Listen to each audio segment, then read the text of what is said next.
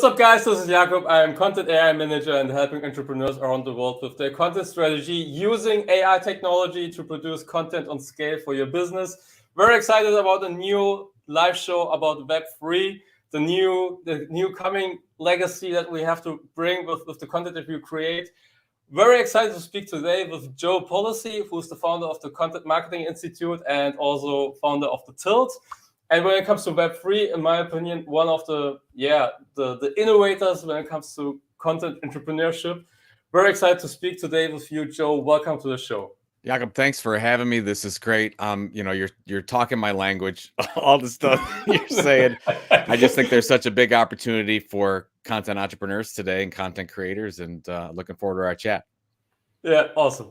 So I'm listening already for a while your podcast and consuming things from you, and it's awesome to hear your voice and having this conversation.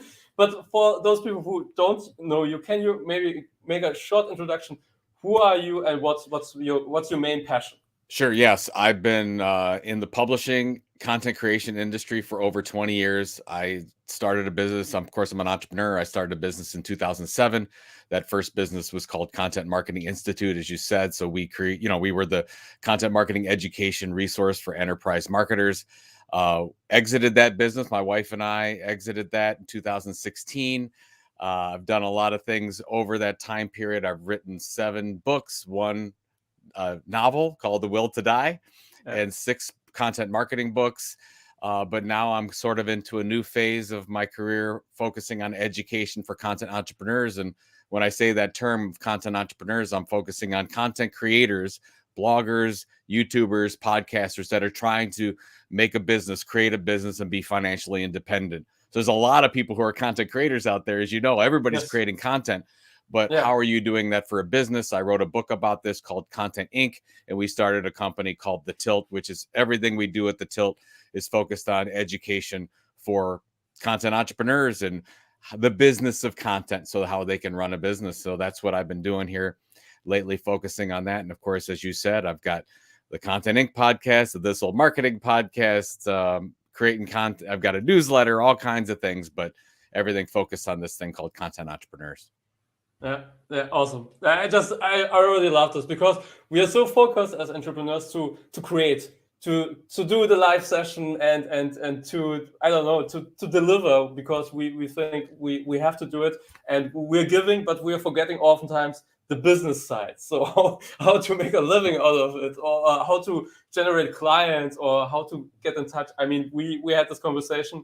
I'm also on the Tilt, and I had this opportunity to consume about legal advice when it comes to content creation, which is, never thought about it, but extremely important for yourself and for your business. Yeah. Well, it's weird. Like you said, like take a YouTuber, right? I mean, guys, okay, Yes. YouTuber, I'm trying to build an audience on YouTube. First of all, that's rented land. We don't control that. Second of all, okay, what's my revenue opportunity? Okay, I'm gonna use advertising sponsorship as my revenue opportunity. I'll have YouTube deal with all that stuff. Well, okay, you are basically in the hands of YouTube for everything, and you don't control anything, and you haven't thought about, to your point, you haven't thought about legal, you haven't thought about contracts, you haven't thought about how am I going to hire people? Am I going to use 1099s? How is that going to work? How do I diversify my revenue streams? How do I move that audience over from rented land to owned properties that we can control so I can actually launch a real business? Most content creators don't think about these things. So we're just trying to hammer it home. I mean, I was lucky enough to deal with these issues 20 years ago and figured it out. And a lot of people, we don't have that kind of time. So you build all this out, you have to make sure that you set a process and strategy in place so that at some point you can have a great exit, or at some point you can live the life you want to live because you're financially independent and you're not beholden to some of these other big social networks. Yes. Love it. I mean, we're on the same side, and I can feel the vibes. That's awesome. So maybe we make a step back from the content side. Maybe just a 50,000 view on Web3. So can you describe? So why is this a thing to think about this whole Web3 metaverse. There are a lot of buzzwords that are coming every day. Yeah. And why is this important for you? What is the main reason? So I mean, I went down the Web3 rabbit hole in the year 2020. So it was right after COVID, and I started to do some research on what the heck does this mean and tokenization, and just to give, if we talk about, we just actually talked about Web2 and YouTube. You have a lot of content creators. They're building on social networks. All the content, all the power went to these 2 or 3 large companies, and it's very hard for content entrepreneurs to build a business in that kind of environment. And then you have, okay, well, what does Web3 mean? Well, maybe instead of us building an audience on these other platforms, we have an opportunity where our communities can be part of the business process for you. So you could actually have that, they could own a little piece of something. And that happens through the token or tokenization on the blockchain. And we don't have to get into the technology of it, but basically that works a couple different ways. It could work through fungible tokens, as in social tokens. We have one called Tiltcoin that we use as our social token, and you could use non-fungible tokens, which get most of the press these days, or NFTs. And where in the past, your audience member, your community member could sign up for your newsletter. They could subscribe to your YouTube feed. They could listen and download your podcast. Now they can actually be part of your community in a way that they could purchase an NFT, or they could purchase your social tokens. And as the creator, what can you do with that? Well, you can make those things usable. We talk about NFT utility all the time. What is it? What do they get? It's not just like with an NFT. It's not just a PFP profile picture. It's not just you get this beautiful piece of art. It's what do they get with that? What's that transaction? And what I love about it is, for example, we have a conference called Creator Economy Expo, and we have many of our super fans bought what we call a never-ending ticket, NFT. And what that never-ending ticket is, yeah, you get a ticket to our Creator Economy Expo, and you get one every year, but you own that. That's yours. I can never take that away from you as our community member. You have that NFT, and if you are not a content entrepreneur anymore, or you change careers, or you don't like what we're doing anymore, you can go ahead and sell that on the open market. You could sell that on OpenSea and exchange that for money, or whatever the value is there. But we made sure that our utility for that NFT was, hey, you get to go to the show every year. You get quarterly drops of Tilt coin. You get co-creation opportunities with the Tilt. Lots of things that you get from a utility standpoint. And so could you do this as a membership? Absolutely. You could do this in the Web2 world as a membership. You could do it on a social network. You could go and buy a membership software service. But the difference is the creator always controls that, and the community member never gets control. Like, I could end the membership tomorrow, and it'd be done. But with an NFT, that NFT lasts. The token is there. It's always going to be there. And that's just a new concept we're experimenting with. And again, I'll just leave you here. I'm kind of rambling about this stuff, but the opportunity is, these are first time experiments we're all trying. What's going on with Web3 and what will happen with Web3 in 2 to 3 years, we have no idea what the applications are going to be. I feel like I've been involved in it for a couple of years. I feel like I know something about it, but we're just barely scratching the surface. But it's this whole opportunity where the community can actually be owners in what the creator is doing, and this hasn't happened before. Yeah, so this whole concept of decentralization, I think, is decentralization and also community building. And it's not like, I mean, yeah, you said it with the membership thing. It's a whole another level, I guess, because I spoke about NFTs and also about these kind of topics, and oftentimes people say, well, it's like a payback system. You collect points and then you can merchandise something or buy something, but it's more than that. You can actively participate. This is more the concept of DAO, right? So Yeah. that's a decentralized autonomous organization where you can, depends on how many tokens you have. You can also make decisions or give ideas for proposals, things like that, right? Well, it's yeah. So I mean, I'll give you a use case for Tiltcoin. So Yeah. so Tiltcoin is a social token, and what we have is we use that as our main loyalty referral initiative. Yeah. So first of all, it's been the greatest loyalty referral initiative I've ever done, and I've done a lot of them. And so basically what Okay. happens, it's a very simple process. So basically, if somebody goes ahead and subscribes to our newsletter, The Tilt, they go in and they get $5 worth of Tilt coin. If they go and refer that newsletter to somebody else, they get $5 more. So we have, they can basically earn more Tilt coin. And as you earn more Tilt coin, you get more rewards based on what level you are. So if you're in Tilt member, if you have at least one Tilt coin, you get involved in our weekly raffles. If you have at least 5 Tilt coin every month, you get a piece of content, exclusive content that no one else gets. If you have at least 5, if you have 20, you're VIP. You get access to me 24/7. You get into Really? absolutely. You get So you get I can just call Joe Pulizzi You can and go on, absolutely. You go on the Discord. I'm right there. We've got okay. something like 60 other Tilt VIPs, and they go Yeah. and say, Joe, I need your help. I said, I'm right here. And these are things that it'd be very hard to do if you're Yeah. doing them in the Web 2 world, but we're setting up different levels, and that's what I love about it. And here's the deal, and this is where a lot of people might not believe it because you have to go through it. These people that are like our Tilt VIPs, they're the most loyal. All they want to do is help. They feel like they're part of something. They feel like they're part of the business. And we're all trying to help this thing grow together. And that's very hard to do with a Web 2 transactional where I buy a membership or I subscribe to a newsletter. This is something where they really feel like they're part of something.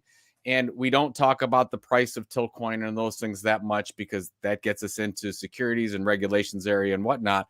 But that's why you want to focus on what does that token get you? And if I get more tokens, I get to do more things. I get more access to Joe. I get more access to the people at the Tilt, whatever the case is. And so we've been going now for 15 months now. Tilt coin's been going. We've got over 2,100 holders of the coin, and these are really our super fans. And that's where we get our content ideas from. These are the people that share our newsletter out. They're driving our entire business. So there's a really amazing application. That's just one thing. And that's just the social token. That's not even NFTs. We're not talking about DAOs. That's just something very simple, a simple use case. And here we're at the early stages. So I don't even know. I mean, this could go in lots of different ways. So what I recommend to a lot of content creators is learn about it as you're talking about it here and see where there's opportunities to really get your super fans involved. So that's the key. Like once you build an audience, like what can you deliver to super fans that will that could help take your business to the next level? And that's where there may be a Web3 application. Yeah. Okay, love it. Yes, it's just great. So I made some research. You created the Tiltcoin on a tool called or software called Rally.io. That's correct. That's the website. And so, what was the reason that you? I mean, there are many out there. If you look out, what was the reason that you choose that one, or was there any reason? Yeah, no, it's really good. So basically, if you want to create your own social token, so that's a fungible token for those people that aren't familiar with it. It's just like if I have a dollar and you have a dollar and we trade each dollar, it doesn't matter. The dollars are all the same. So NFTs are different because each one is supposed to be unique and is unique, non-fungible token. So we decided, okay, I wanted to create a social I want to integrate our entire business in with this social token called Tiltcoin. And you could do this yourself you could pick a blockchain, you could pick, Ethereum, you could pick Solana, Polygon, whatever. You could do this. There's lots of companies that can help you create your own technology, deal with the technology and do this. I went with Rally because our audience knew nothing about Web3 and still to this point is still learning. That's most communities, but know nothing. Most of our audience didn't have a digital wallet, never got an NFT, nothing. And I'm like, well, how do you onboard that? So we decided to go with a centralized entity of Rally. So our token is not completely decentralized. It's quasi decentralized. There's definitely there's pros and cons. The pros are we were able to onboard people really quickly. It was really easy to do. Rally makes it easy. They go ahead. People can get the Tilt coin. They've got a lot of integrations. They've got integrations directly into Discord. We didn't have to build any of those things. Fantastic.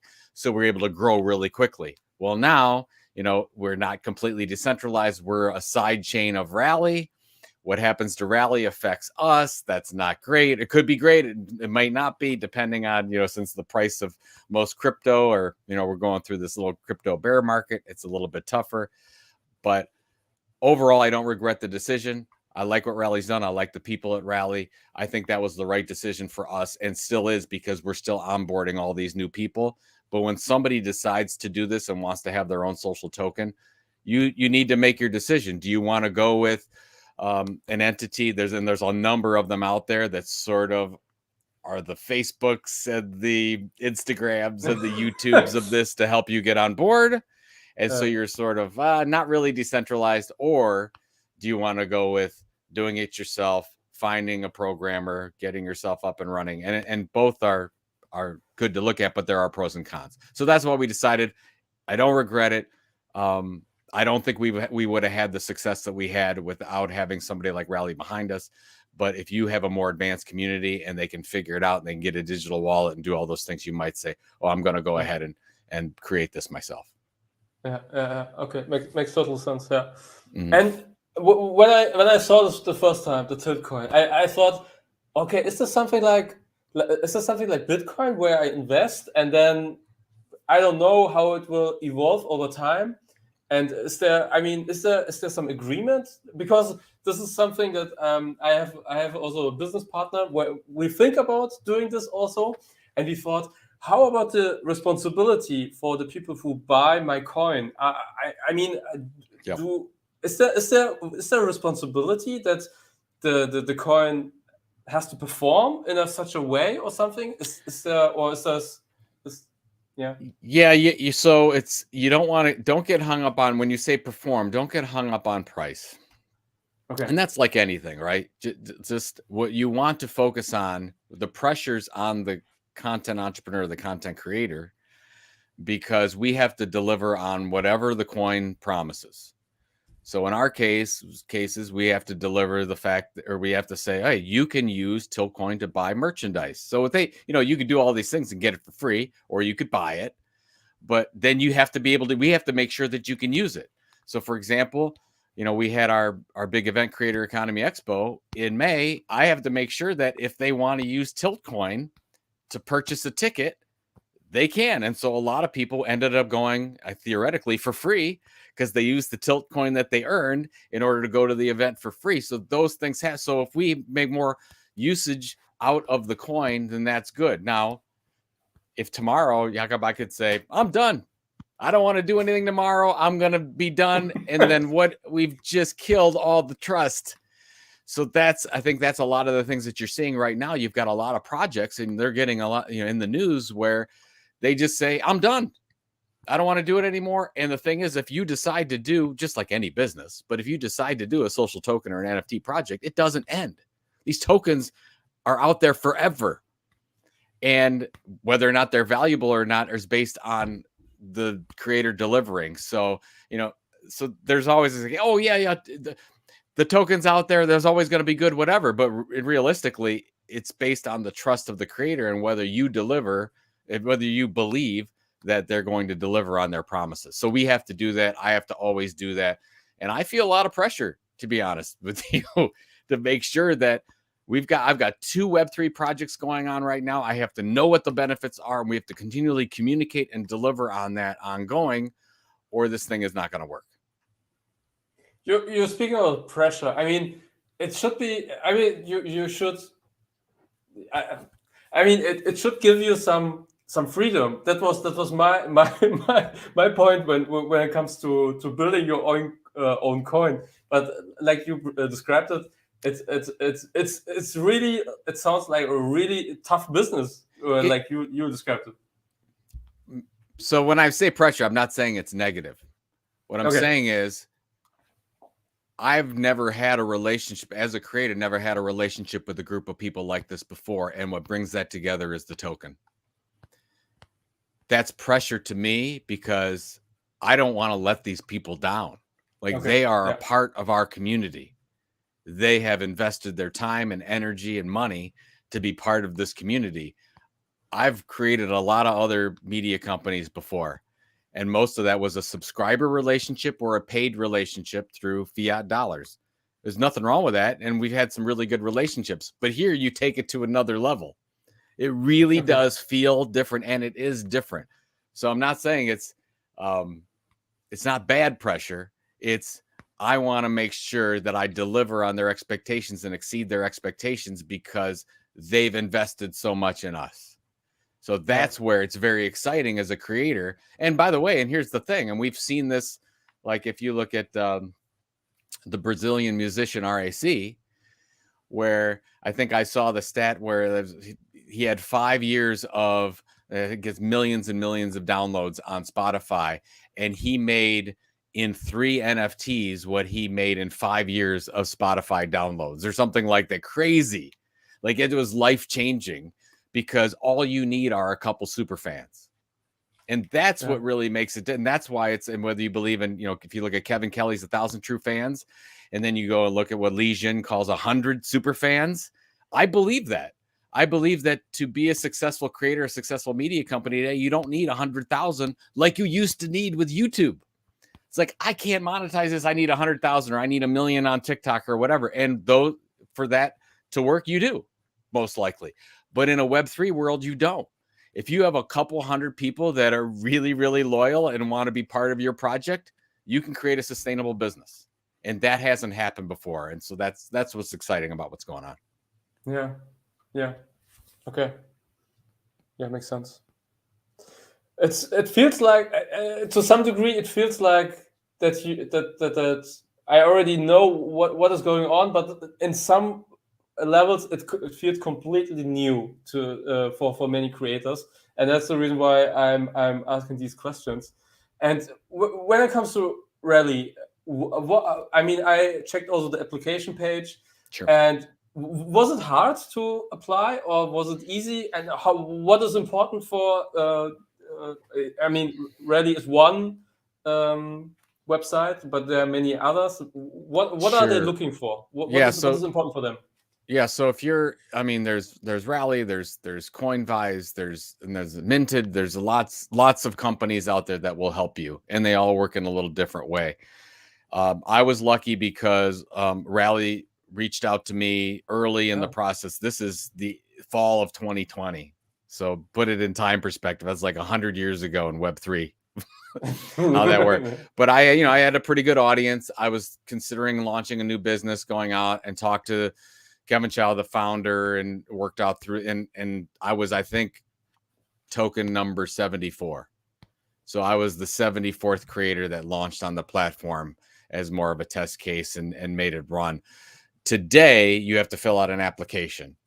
At first, they were very, they were looking for bigger influencers, sports figures, someone with big following, whatever. And now they're looking for content creators that are looking to build a business that have a good concept. So if you're interested in working with Rally, you can go ahead and fill out the application, and then they can decide whether or not they want to fund your token project. And they've got a couple different yield curves that work. I'm not going to get technical with it, but basically you have your own Genesis tokens that you own as a creator. And then there's a number of them already minted, and then you're ready, you're raring to go. And you start out with the price, and then it's just, people can buy and sell, and you could integrate that token into whatever you do. So there's, Rally's a good place to start if somebody's interested in it. There's as I said, there's a number of them out there.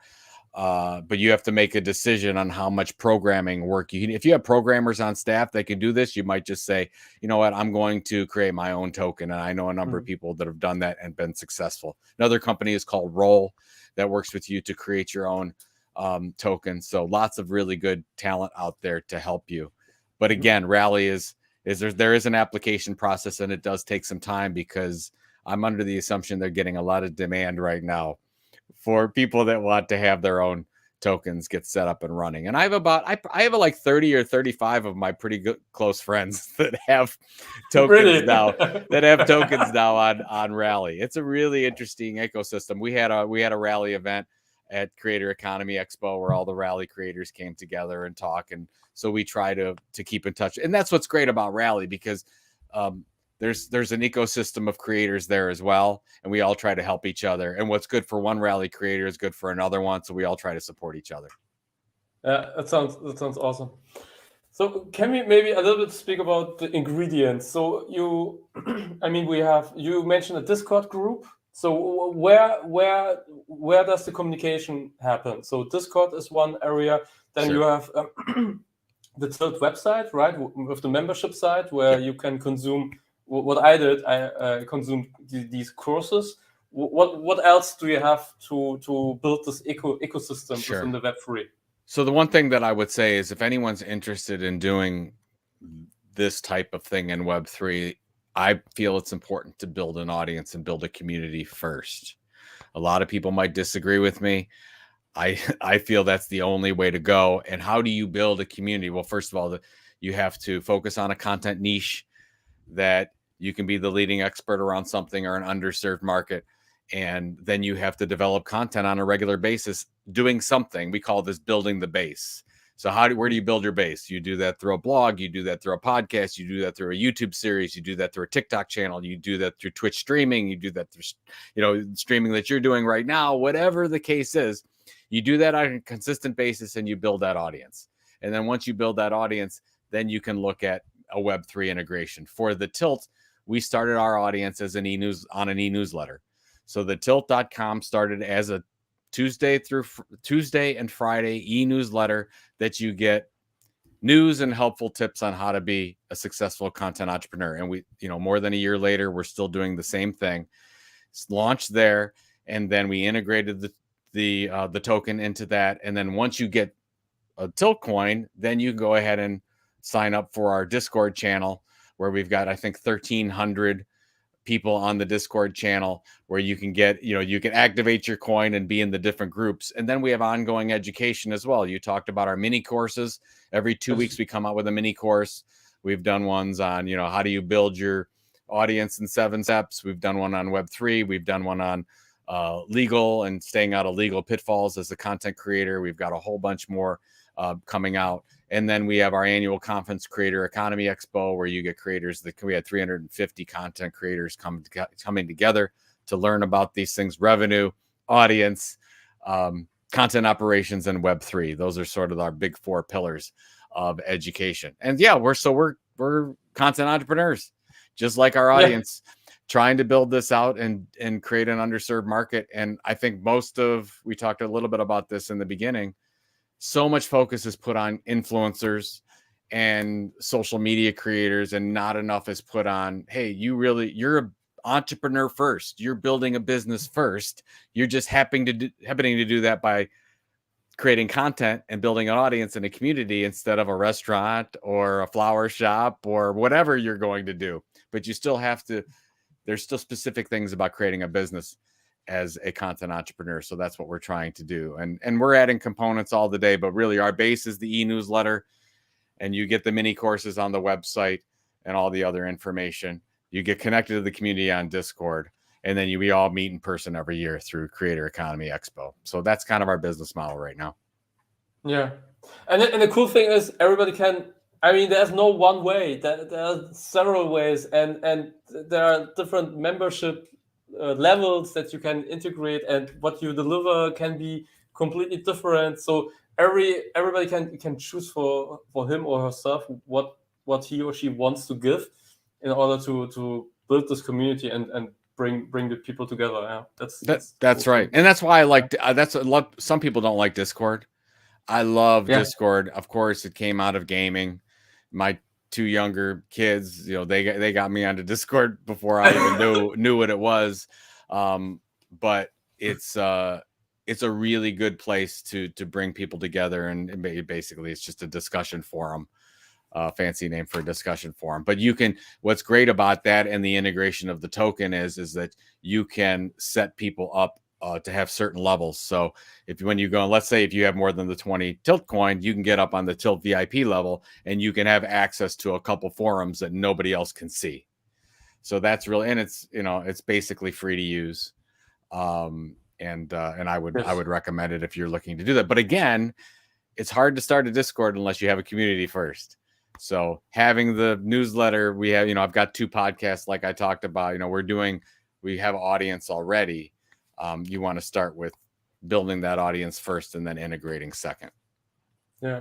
So the foundations that were important in Web 2 are still important in Web 3. So I guess, yeah. So building your community and building trust through content, still important concept. And absolutely, this is still true in Web 3. It's basically, it's the same type of, you're still building your base, you're still delivering content, building trust and audience, build that community. Then you're diversifying revenue streams. You can have as many revenue streams as possible is a good thing, whether you're launching courses, you have a membership site, you've got merch, you're doing your own events, you've got sponsors, whatever the case is.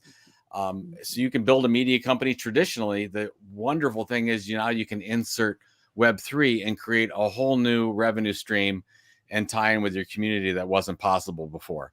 Sometimes and I think the opportunity is for both. I would do traditional revenue opportunities like we just talked about and look at Web3 opportunities because the more limited you are, the less opportunity you have. So once you build an audience, we know that the most successful content entrepreneurs out there have 4, 5, 6 plus different revenue arms to their business.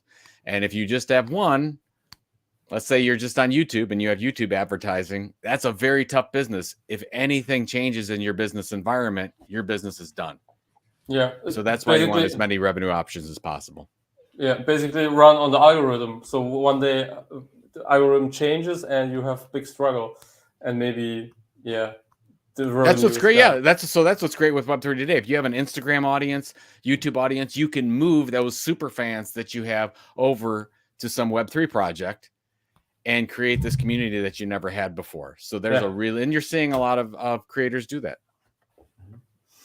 One thing, as you described as these different levels on Discord, and when you're doing these mini courses, are you recruiting from your own community people who create content for these mini courses, or how is that working? Some of it's sponsored, some of it comes directly from our community. Okay. If you look at a lot of specifically in our newsletter, a lot of the articles are coming. I think the one we've got coming out today or tomorrow actually is from a community member from Discord. Yeah. So we are trying to integrate as much knowledge as possible from our community into our products. So those could be mini courses, those could be new articles, those could be drops on our Discord channel. When I look at changing the benefits of our coin, whether it's the NFT project or whether it's the social token project, I always reach out to their community. They're always involved. I mean, they're my biggest coin holders. They have the most to win and the most to lose. And so they want to be very involved in this. And so we reach out to them on a regular basis to get them involved in what we're doing. And the crazy thing is they've all become my friends. Like, I know them personally. I have calls with them on a regular basis. This is what I was not expecting to happen in the business model. But what's great is if you can build your community into your content process, it always works better. And I did that with Content Marketing Institute, and we grew that, and we're doing that now with the Tilt. It's just a little bit different with this Web3 angle. Oh, I just love it. I mean, that's so cool.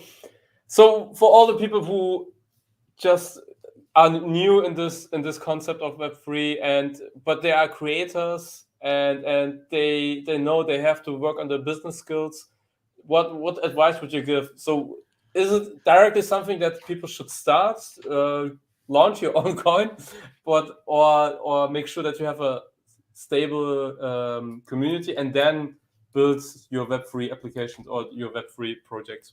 So what strategy would you give? Yeah, so my recommendation with anybody interested in Web3 at all is just to start experimenting. If you want, I would start to go out and, get involved in some of these communities that are doing it well. Like, for example, that's why we make it really easy for Tilt. When you subscribe to the Tilt, we have a process. Get your Tilt coin, figure out what we're doing. You could totally copy some of the things we're doing. Absolutely get involved. If it's on the NFT side, I recommend go ahead, make sure you get a MetaMask wallet, go follow some communities, buy one or two really expensive NFTs to start with, and just see the process. A lot of it's clunky. We're not quite there yet with the technology and the onboarding, but we will be in the very near future. But just get involved and figure it out, because you can't explain the NFT process to anybody unless they do it. Like, you just have to get involved. I never could get it unless you just do it. Just get involved in it and do these things. So from that standpoint, that's the first thing. The second thing is, whether it's my book, Content Inc., or we've got resources, all kinds of free resources on the Tilt, so you can figure out how to do this. But go ahead and, if you have something that you're creating content already, create the process and the strategy to build an audience that knows, likes, and trusts you. Do that first. And then once you do that, then you'll start to look at the different revenue opportunities. And one of those is obviously, Web3, NFTs. I think that's the way to, a lot of people will just say, no, I'm just going to start the thing. That's fine. There's people that can do that, but those don't succeed as much as those people that have built an audience first. If you look at why Kevin Rose and Gary Vaynerchuk are so successful with their Web3 projects first, because they had a huge audience to start with. So that's, but the thing is, you don't need a huge audience like they have. You need, a couple hundred, 1,000 people that are part of your community, and then you can move forward. So that's what I would say. Start with experimentation, and then learn how to build an audience first, content first business, and then you can integrate your Web3 project into that. Yeah, makes sense. Okay. Well, what are your plans when it comes to Tilt? So midterm, long-term version and goals that you have set yourself, or are you completely open and getting the ideas from your community? No, we are completely open. Like right now, I know exactly where we're going, but that could change tomorrow based on the feedback that we're getting from the community. I mean, a lot of the content that we've created have been direct requests, or what we've seen as needs from the community. So our job right now is to build as many successful content entrepreneurs that are financially independent as possible. We would like to positively affect millions across the world if we possibly can. And we're looking for the type of content and education that's not being provided, because a lot of the things that we're talking about, we do believe there's a strategy and process. We want to talk about that, make it inexpensive. That's why our mini courses are free. Like you were talking about that legal course, that's a free course. We don't want, paid courses are tough in this environment. A lot of the content creators, they don't have a lot of money to start with. So we've got to make sure, how do we get this information to them that is not going to be too expensive? So we're going to do that. And then we also believe that content entrepreneurs need to network with other content entrepreneurs in person. And that's important to us as well, important part of our business model. And that's why every May we have Creator Economy Expo. The next CEX will be at the beginning of May in 2023. That's important as well. There's a lot of these big influencer events. I mean, there's NFT New York, and there's VidCon, and there's huge swarms of people, but there's not a lot of time for real networking and real learning. And that's what we're trying to focus on. I don't need 1 million people that are following us directly and going to these shows. What I need are a couple hundred serious content entrepreneurs that are trying to make a difference in the world. And that's what we're focused on. Yeah, awesome. This expo that you mentioned several times already, you launched it this year the first time, or was it this year? We had the first event. Yeah, it was in Arizona, Phoenix, Arizona was the first year, the first week of May, and we had 350 content creators. We were pretty happy with that in this environment, considering everything. So we're looking forward to a little bit bigger event in 2023 to get all these people together and learn from each other. And we're all doing the same things. We're all failing at the same things. And we don't have to recreate the wheel with this. Let's talk to each other, and we'll be successful together. Awesome. Is this an event where you are mainly on the stage and delivering value? Oh, Or I was just the host. No, I was just the okay. host. I did Okay. have a couple panels on exit strategies and social tokens, which are two of my core areas that I did. But we had Roberto Blake, we had Ann Hanley, we had Jordan Harbinger, we had Mitch Jackson on the legal side, we had Jay Klaus on membership. We had 35 speakers in total, I think, in about 40 different sessions.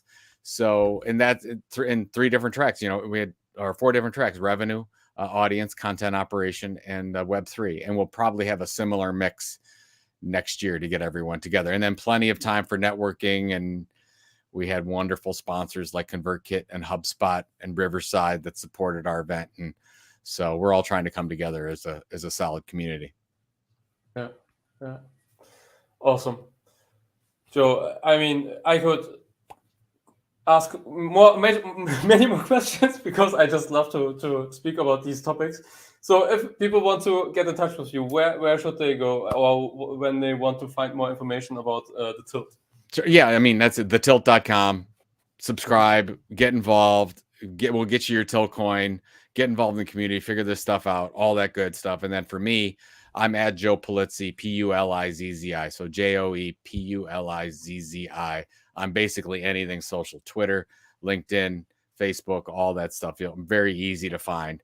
So if you want to reach out on Twitter, is probably my number one area. Please DM me, let me know, whatever. But yeah, just get involved in something, and know that there is a process and there's a solid methodology for success.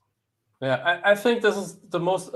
So when it comes to content, it's a little bit how to say it. It's to some degree, I want people that they listen to me, but I also want that they execute, and this is sometimes a little bit hard because I remember when I listened to Gary Vee and he said in his keynotes, okay, you want to produce your podcast, then stop listening to this keynote and start your podcast. So it's all about the execution part, that you really test the things and do this stuff and not only just listen to it.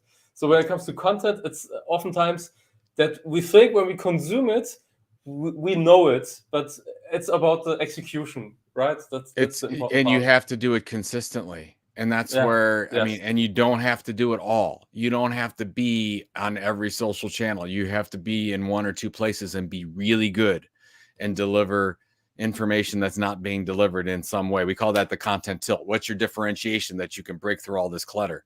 You have to figure out what that is. So yes, and it may take some experimentation, but figure out what your thing is.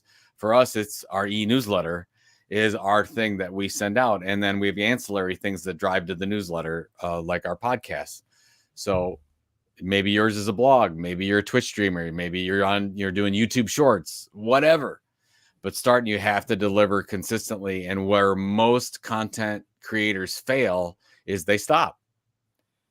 It takes, we have some new research coming out really soon that you can get on the Tilt. So if you subscribe, you'll get this for free. But it takes 17 months to go from start to success financially as a content entrepreneur.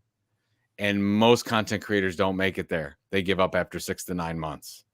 And you have to lower your expenses, and you have to diversify revenues and do what you need to do to get to lengthen that runway in whatever way you can. So 17 months is a good number to keep in mind. And that's what it takes. You're not going to be successful in the first week. If you look at Mr. Beast, probably the most popular YouTuber in the world, it took him like 3 or 4 years until he saw any success at all. So you have to be patient, and you have to know that the runway takes, 16, 18, 20 months. I think you must also listen to your heart. So when this is painful for you in standing in front of the camera and creating video content, then you shouldn't do it. But you can do blog articles if you enjoy writing. So there are many ways that you have to find your unique way of delivering value and helping other people. That's a great point. Yeah, you have video, you have audio, and you have textual plus image to choose from. So, and you have lots of different platforms to choose from. So focus on that one that's going to be your home base. and deliver consistently on that channel and start building your audience. And then you start marketing to get people to go to that thing that you've created. It's not rocket science, but it takes a lot of patience and consistency. Yeah. And when you say financially independent, financially successful, do you mean is this what you mean with having different revenue models, that you have sponsorship, or you have project work, or you have sponsorship or things like that? What exactly is It that? means you can, it means you can absolutely support yourself and you don't need another job or keep doing a side gig or whatever. This is it. This is how you, so like when we started Content Marketing Institute in 2007, I had to do all kinds of odd jobs just to keep the lights on for about 22 months until we really started to generate enough advertising, sponsorship. We launched our event, Content Marketing World. Things really came together, and we had we sold the business in 2016, had a really good exit.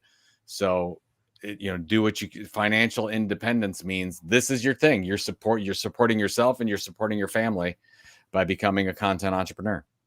Yeah. And I think it's the greatest. Like, we just did research. Nobody regrets going in. These are the happiest people on the planet. They work really hard. You can work whenever you want to, but there is something to it. You mean have to put in the work?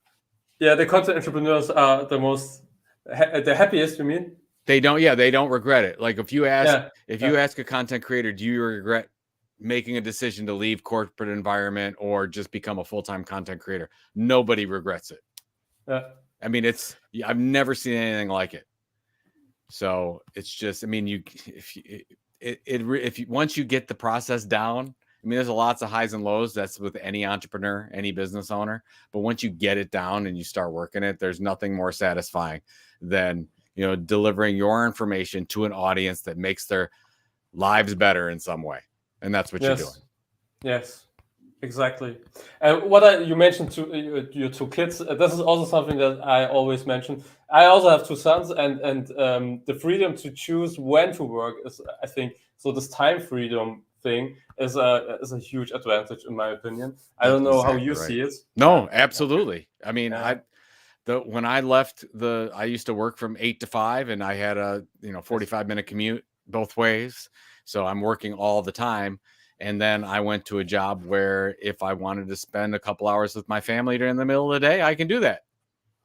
If I need to work at midnight and take a call from Australia, Sydney, Australia, from 12 to 1, I'll do that. I can do whatever I want to do. You're in charge of everything in your life, and there's no better way. I mean, running your own content business is the best kind of business, in my opinion. So, but a lot of people aren't up for it, and that's fine. But if you're an entrepreneur, if you have that mindset, absolutely, I recommend it. Just make sure you prepare that it takes a while to be successful. Yeah. Love it. So you're really speaking from my heart when it comes to these topics. That's awesome.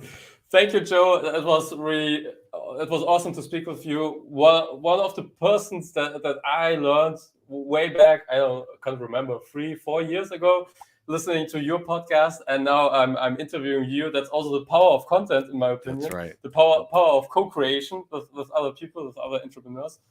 That's so awesome. Thank you for being on my show. Very honored, and I have the feeling this is the starting point for cool projects and cool things that we are going together, hopefully. Awesome. And thank you for your time. Thanks for having me. It was great. Yeah, thank you. And for all the listeners, if you have any questions, please let me know in the comments. I can also forward it, and see you on the next episode. Thank you, and see you.